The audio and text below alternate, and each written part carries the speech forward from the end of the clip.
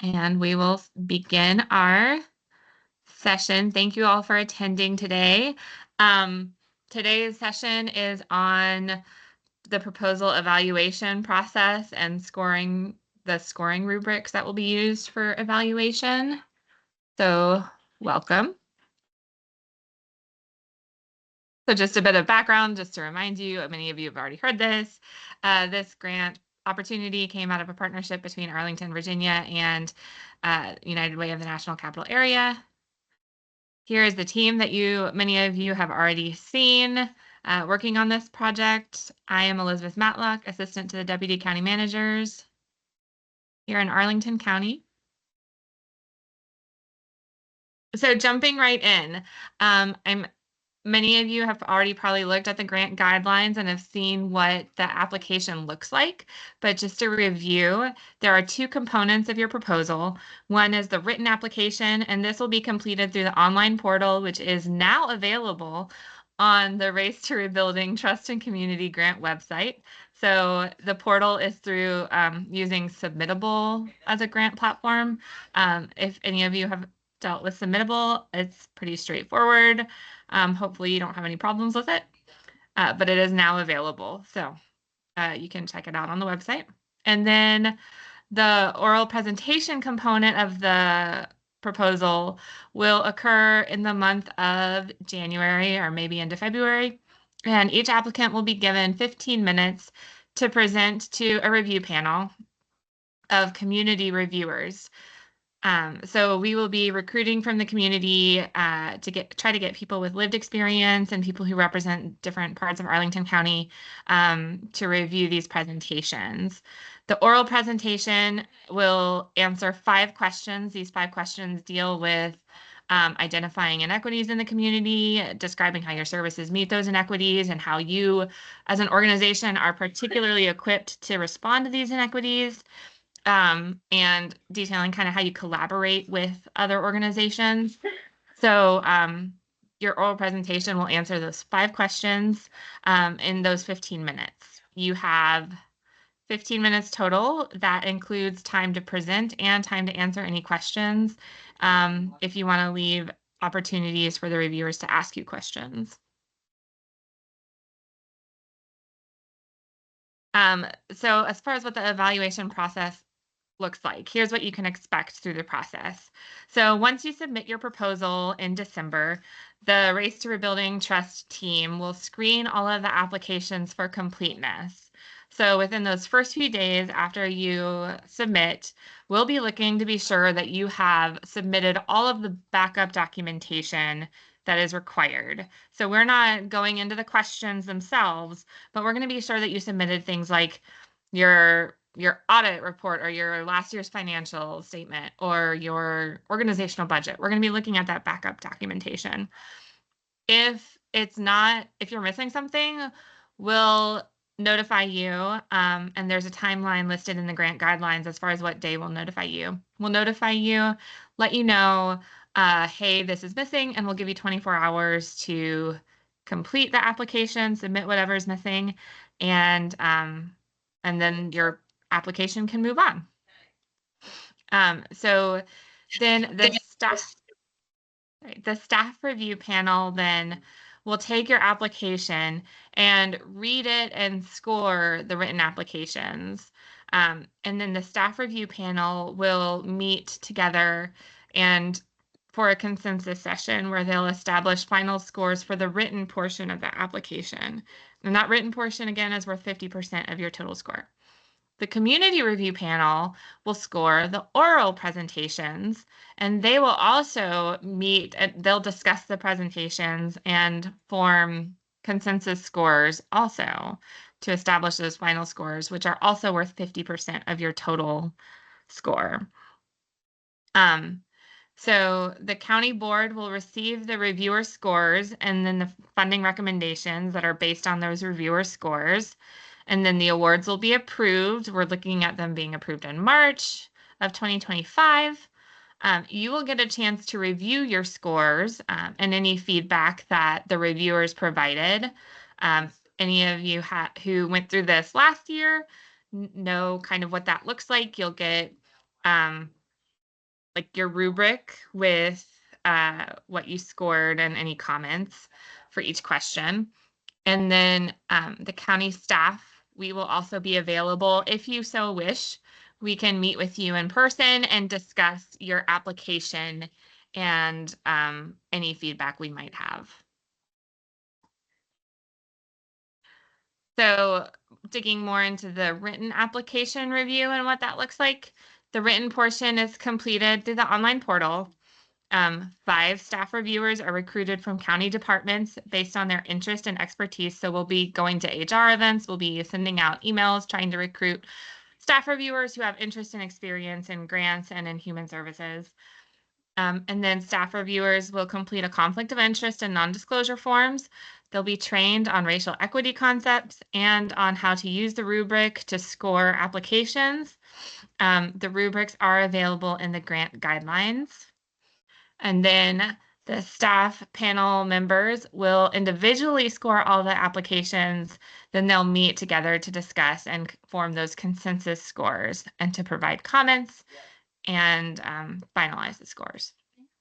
So if you remember the little graph on the right, since this is a grant opportunity focused on equity, 50% of your written application score is based on the race and social equity questions, where 20% is focused on the population and program description, 20% on evaluation and your SMART goals, and 10% is focused on the budget questions. For your oral presentation, we will try to recruit up to 20 community reviewers.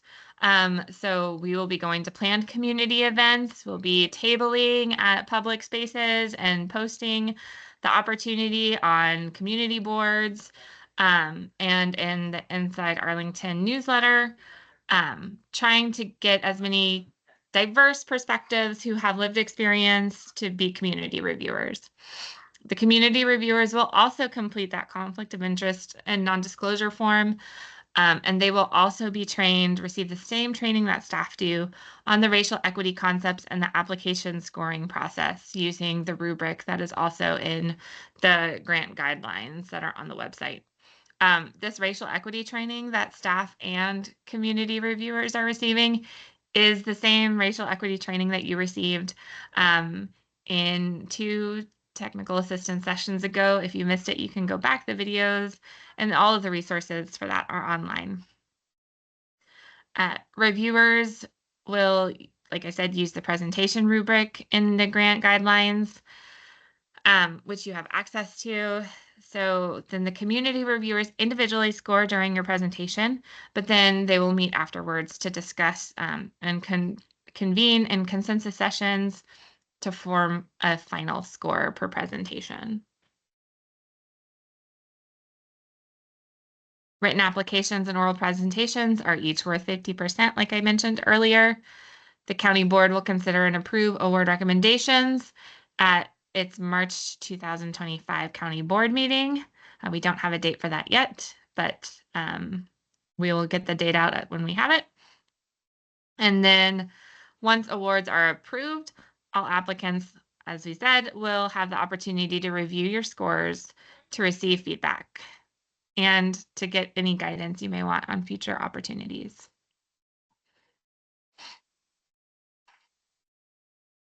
Staff consensus sessions will work like this is kind of describes the process of what a consensus session looks like.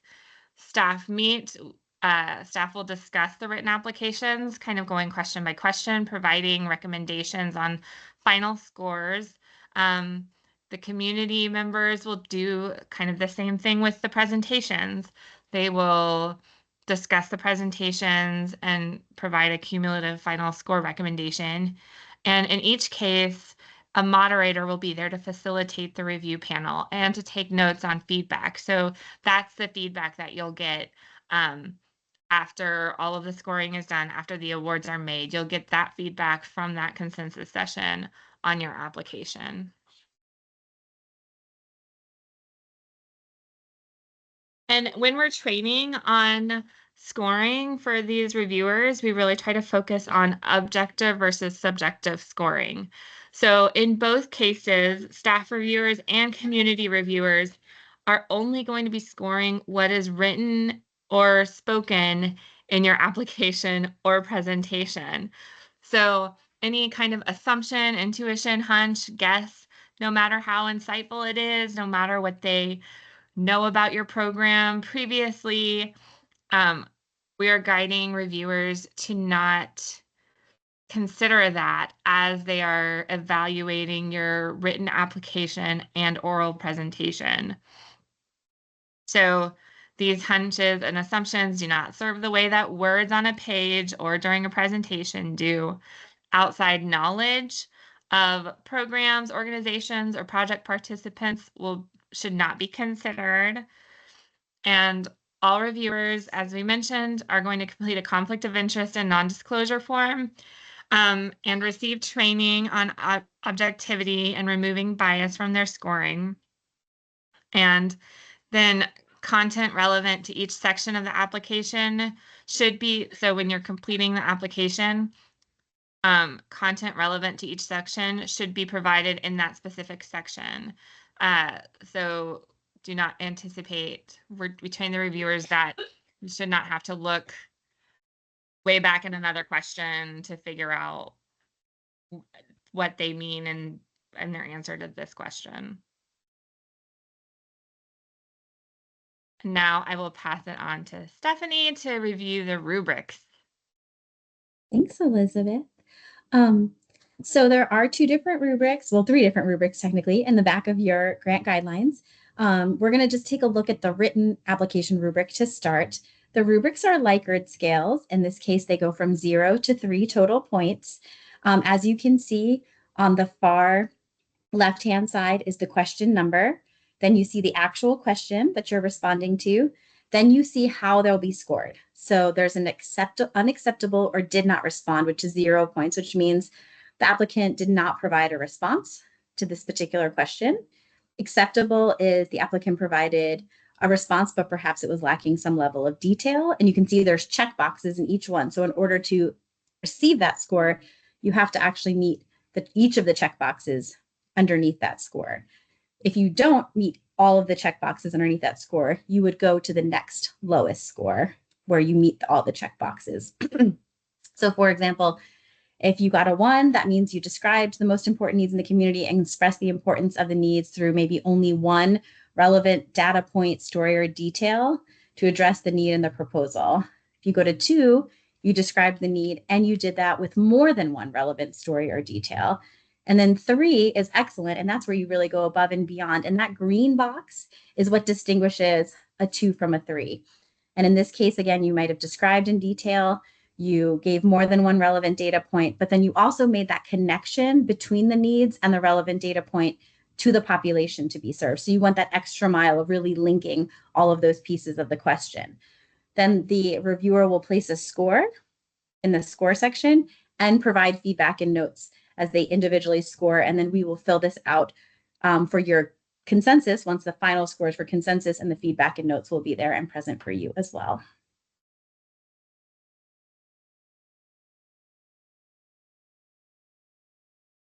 So the oral presentation rubric is quite similar. It's also a Likert scale, but it goes from 0 to 2. And again, the question will be on the far left-hand side that you're responding to in your presentation. And then again, there's 0 points, 1 point, 2 point.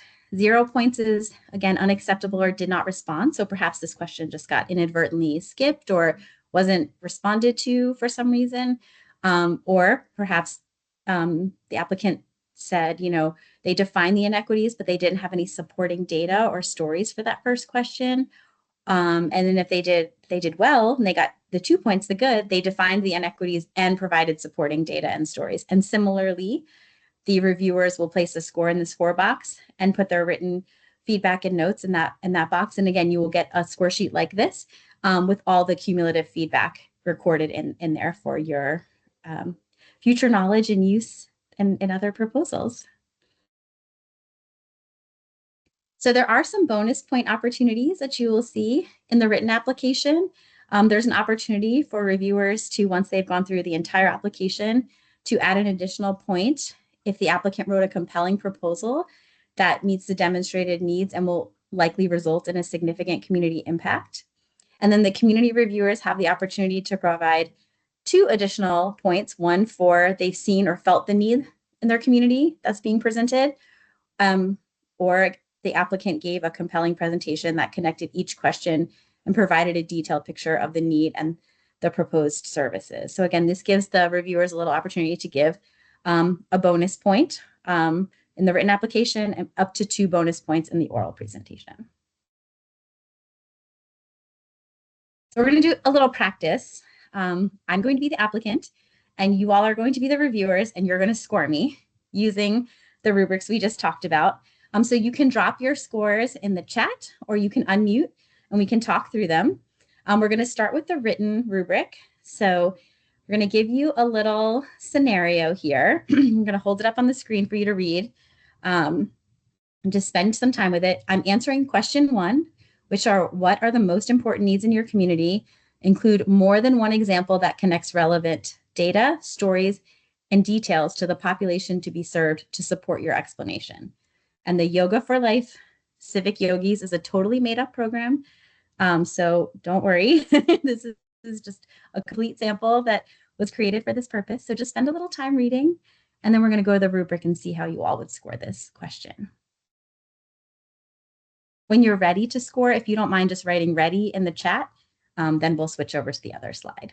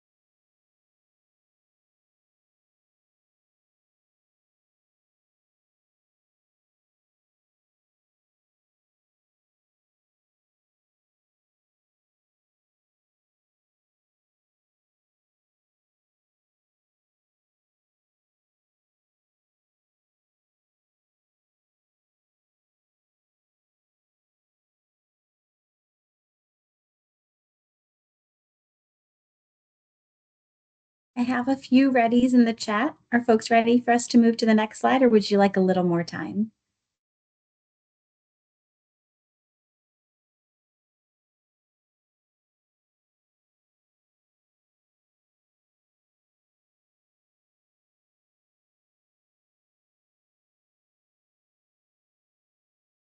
Okay. So as we look at the rubric, and I know you didn't memorize the response by any stretch of the imagination, and normally you would have them side by side. Sorry, we can't do a split screen. But just based on what you kind of remember and maybe any notes you took, how would you score that particular response? 0 would be they did not describe the most important needs in their community. 1 is describes the most important needs in their community and expresses the importance of the needs through only one relevant data point, story, or detail to address the need in their proposal. 2 is they described the most important needs in the community and expressed the importance of the needs through more than one relevant data point, story, or detail to address the need in the proposal. And then 3 is did what we said in 2, as well as made a connection between the important needs, the relevant data or stories, and the population to be served. And again, you can drop your score in the chat. If you want us to flip back to the other screen so you can read again, please let us know.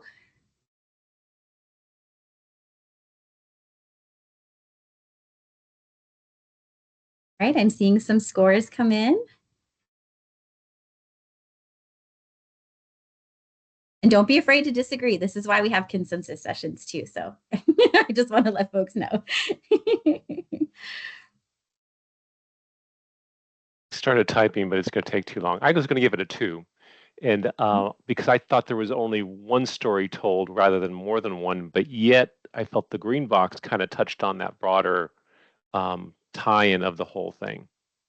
Thank you, John. All right. And we got a question to flip back. So Connor, hope you can see this. Suzanne, thank you for your response. We'll give it just another few seconds here for folks to think about it and put their score in.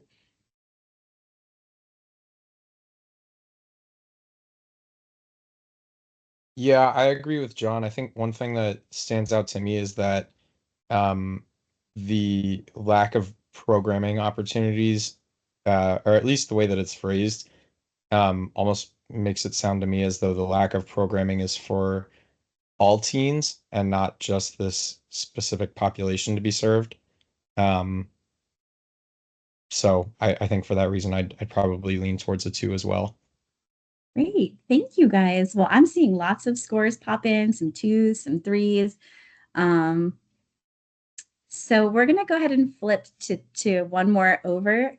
Okay, so this was intentionally a little bit tricky. And what I want to say is, interestingly, the data provided that you see in yellow is mostly demographic data, which is important and helpful, but doesn't necessarily specifically tie back to the need. The green is where we really sort of tie in the need, what's being needed.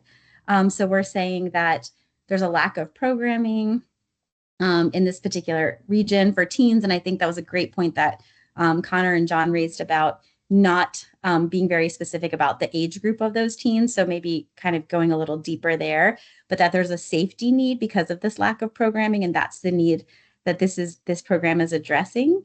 But actually, they really only provided one relevant data point that linked back to their program, which was the focus groups, right? So that those blue highlights is where they really talked about how they were informed that this is a need and why this is a need, and how they're kind of addressing it. So when we scored it as a team here, we actually gave it a 1 because we felt like they really only included that one data point and some of those really great nuanced things that you all picked up on. About sort of not linking it back to the age group, not linking it back more closely to the demographic data, and kind of tying that all together is what kept us from moving to that 2 and 3 box. But this is where, again, we would have a consensus session, right? And we would talk. And so those of you who shared your feedback on the 2s and the 3s, and the person who scored a 1, we would all sort of talk and then go through it like we just did here and say, well, this is what I saw, and this is why it didn't tie back. And then someone else might say, well, this is what I saw. And then they would arrive at a final score based on the check boxes that they felt confidently that they could check as reviewers. Does that make sense? Does anybody have any questions?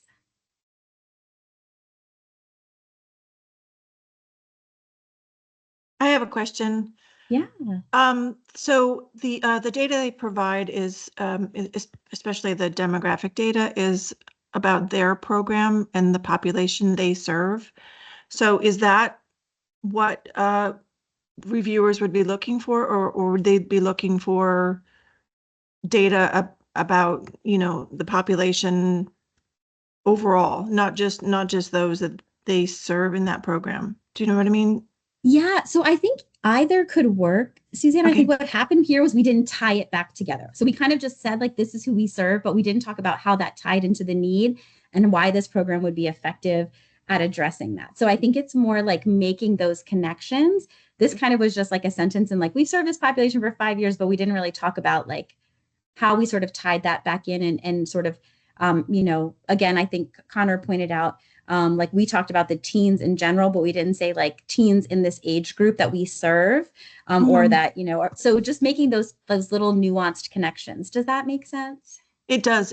But I thought last year that you would want data, you know, about the population, you know, in Arlington, but we could focus on just the local population, right? That for like in this example, this right. So if you're looking at how you're describing the need, you'd really want to tie it back to like how, like who the the program or opportunity is serving, I see. and like tying it back to that need. So if it's a larger sort of group, maybe this is like a very niched program, right? Like let's say this example is very niche, but if you're serving a whole zip code, or you might want to have a broader description. It really kind of depends on how you're describing the need and who's doing that. And then there's a comment, seems like a need for multiple stories tied to data.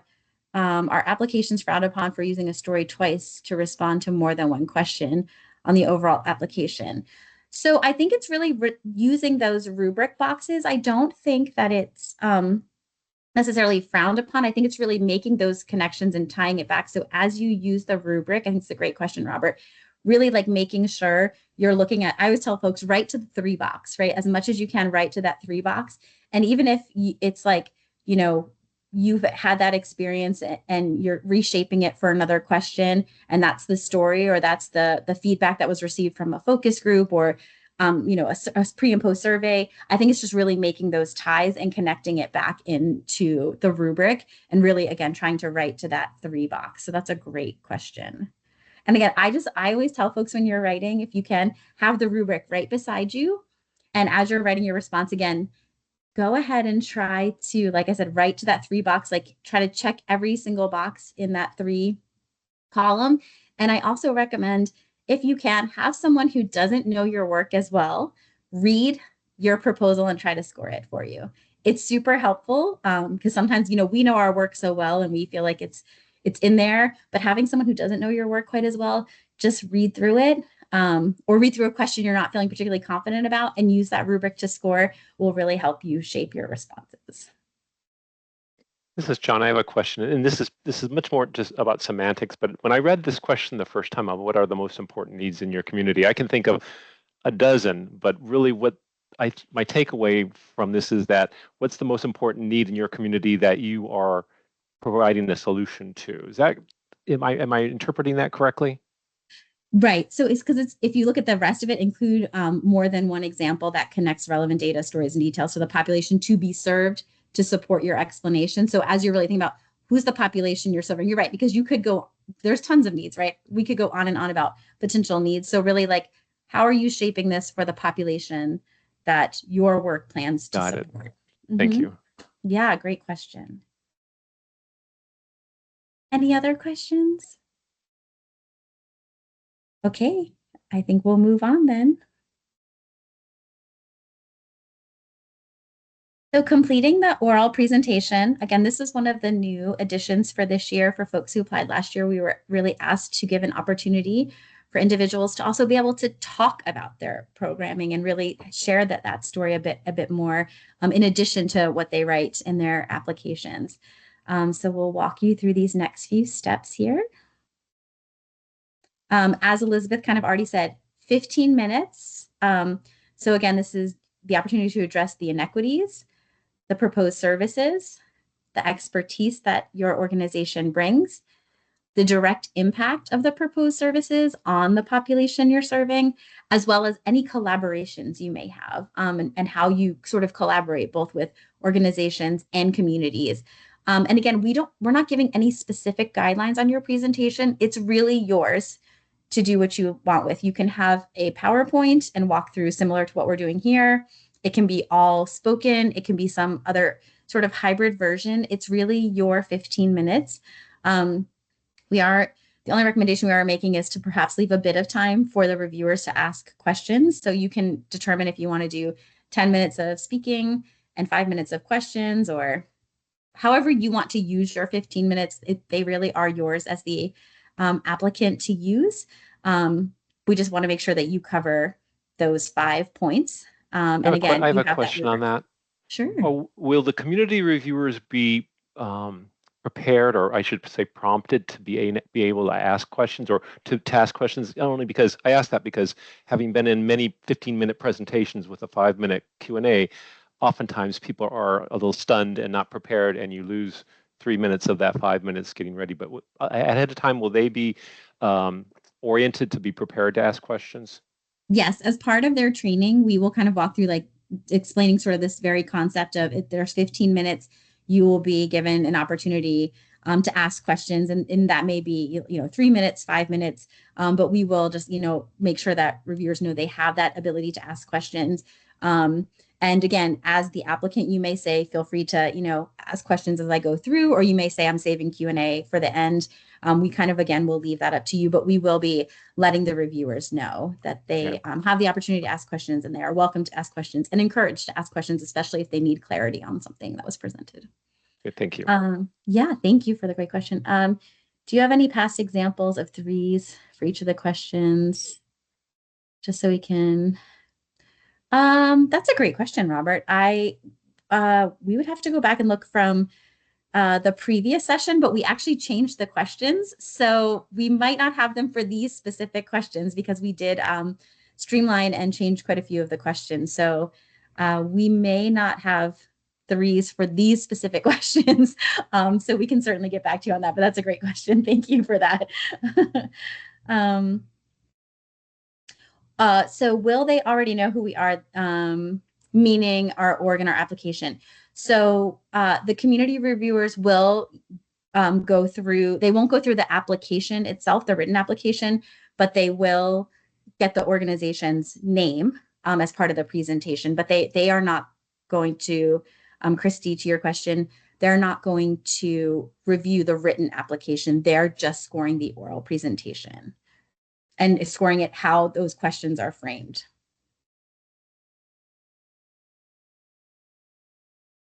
Any other questions?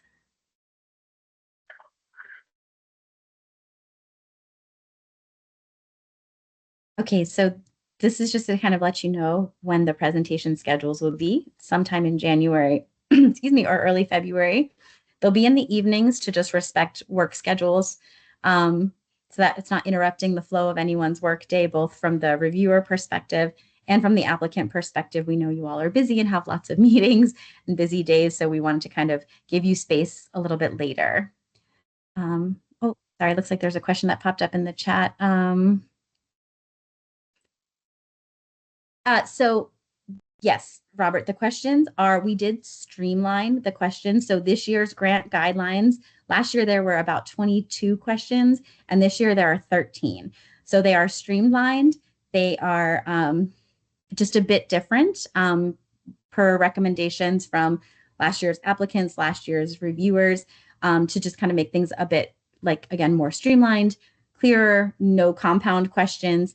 So the questions that are in the current guidelines that are posted on the website for this year's race grant are the 13 questions that you would be responding to. They are different from last year's race NOFA guidelines, which had 22 questions. So that's the distinction as well. I hope that helps. Yeah, perfect. I'm pro streamline. Thanks. Okay, good. And then this is John again. Is there a timeline when you think the sign up for the oral presentation schedule will be available? So as soon as we go through the completion of the applications to make sure everyone's application is complete, we know how many applicants we have, we'll be reaching out to you all to sign up kind of on a first come, first serve basis. Okay. Yeah, great questions. All right, so let's practice scoring using the oral rubric. Again, I will be your applicant. You all are my panel of community reviewers, so you will get to score my presentation. Okay, so Yoga for Life currently partners with several local departments of recreation facilities throughout the Columbia Pike Corridor to host the camp activities, including the classes to be taught by our students. This helps strengthen the students' ties to their community and provides places to connect with their peers. We also partner with the Arlington Public School District to help identify students that may benefit from this program and to host demonstrations of our student yoga teachers. We also work with many nonprofits in our region, including United Way of the National Capital Area and their Financial Empowerment Center, to provide financial wellness classes, mock interviews, and job readiness classes for our students. Additionally, we partner with City Year, who provides tutoring for our students in English and language arts. And we also work with Neighborhood Health to provide life skills on responsible sexual health classes, and NOVA to provide the college and career life skills for our youth. Lastly, we're also working with several local businesses, including yoga studios such as Sun and Moon Yoga, Blue Nectar Yoga, and Mind Your Body Oasis. And these support our teacher training and building our community components for our students. So now we're going to look at the rubric. And the question that we're responding to is, the applicant describes how the organization works with partner organizations, i.e. other nonprofits, faith-based organizations, corporations, etc., and individual community members to improve programs and outcomes. So 0 would be that the applicant did not do that. 1 would be they described how the organization works with one, but not both, partner organizations and individual community members to improve programs and outcomes. And 2 would be describes how the organization works with both partner organizations and individual community members to improve programs and outcomes. You can drop it in the chat, or you can unmute and share how you would score that. And if you want us to go back to the previous screen so you can read my presentation again, I will not read it to you again. Spare you that. I need you to flip back because I was busy looking for the rubric while you were talking. Oh, okay, sorry. No problem. Go, John.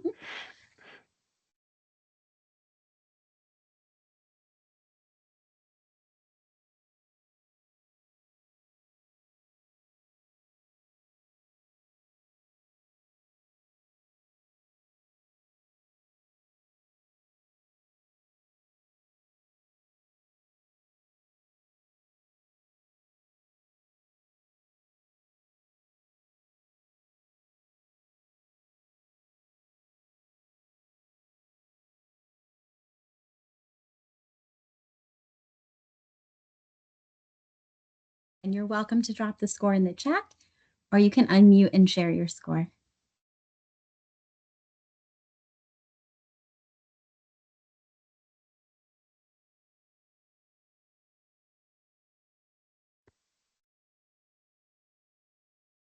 I'm seeing lots of scores jump in.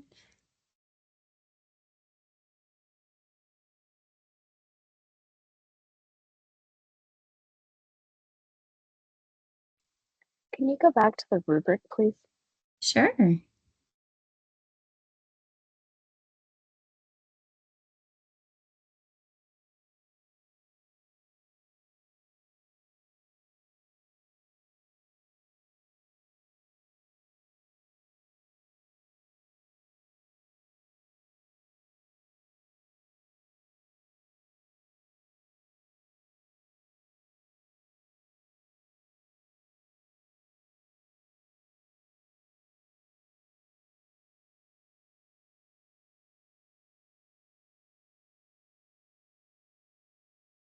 I'll confess I'm tripping over the rubric in the rubric about describes how organization works with one but not both partner organizations, because it's applying 1 or 2, whereas you have multiple.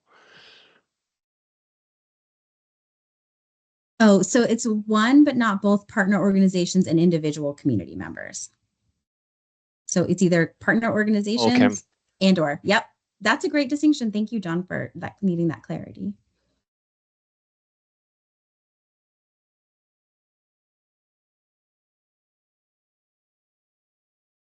Okay, it looks like most of you have entered your scores. I'm loving that I'm getting like ones, one-ish. I get it. So I definitely understand. So we would have scored this a 1 because, and yeah, Callie thinks it, because it's really, and we could go to the next slide if that's okay.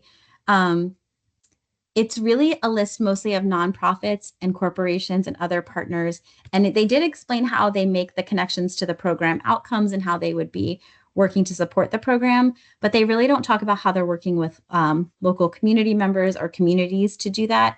They did list quite a few partners, so that's where it could get a little tricky. And I think, John, you were making that distinction, is that they did talk about DPR and the school system and like United Way and City Year and Nova and local yoga studios. So there's a whole bunch of folks listed, but it's really all in that one category and didn't include how the community impacts. And I think some of the other things that I'm hearing in here, and Callie kind of highlighted it in her great comment, and Callie, I don't want to put you on the spot, but is also that it could have been stronger, right? Even the 1 could have been a little bit stronger. They could have really tied a little bit more to how they improve programs and outcomes. They did, and I think Robert also said it was kind of a little bit listing. There wasn't sort of some of those really more detailed ties. So it could have been even stronger in that way too. Are there any other ways you all would have made that stronger as a presenter, or any other feedback you would want to give them as a reviewer?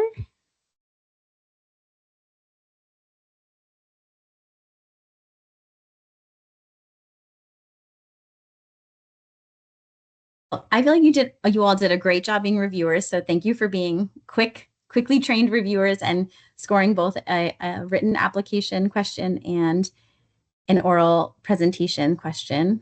Again, we will be walking the reviewers through detailed samples and examples like this, and really practicing with them before they actually begin scoring the written applications for the staff and the oral presentations. Yes, thank you, Robert. Seems like guidance might be to slim down the list and even maybe leave partnerships out and spend more time on the best examples of and yes, thank you. And really making those ties. So again, I think those are great guidance, and that's the type of guidance we would want to hear from reviewers too. As an applicant, we want to make sure that you all are getting feedback that helps strengthen your applications going forward. So any other questions?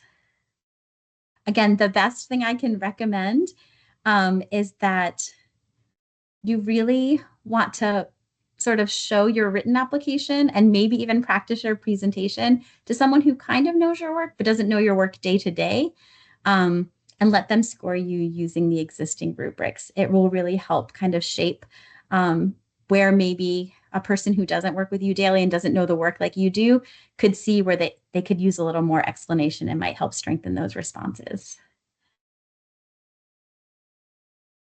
Well, we're here if you have any other questions. We'll be posting this presentation and the questions from today's presentation on the website. Oh, there is a question. I have a question on the application. In the submission portal, it lists the word count. Question 5 is 300 characters, but all the other questions are number of words. Is that correct? Oh, no, I think they're all word count questions. Apologies. I don't know why. Maybe it said characters. This system only allowed us to use words. Is that correct, Elizabeth? No, that's just my error. I had to go in and pick. And so I was so focused on getting the portal open, and I missed that one. Sorry. They're all words. So that's a great question, Christy. So yeah, it'll be 300 words, not characters.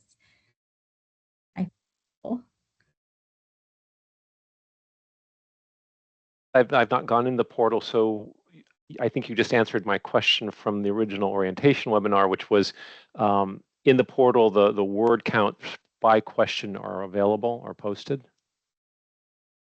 Yes, they are. So, yep. So it goes, and actually Elizabeth is pulling it up right now so you can see it. Thanks, Elizabeth.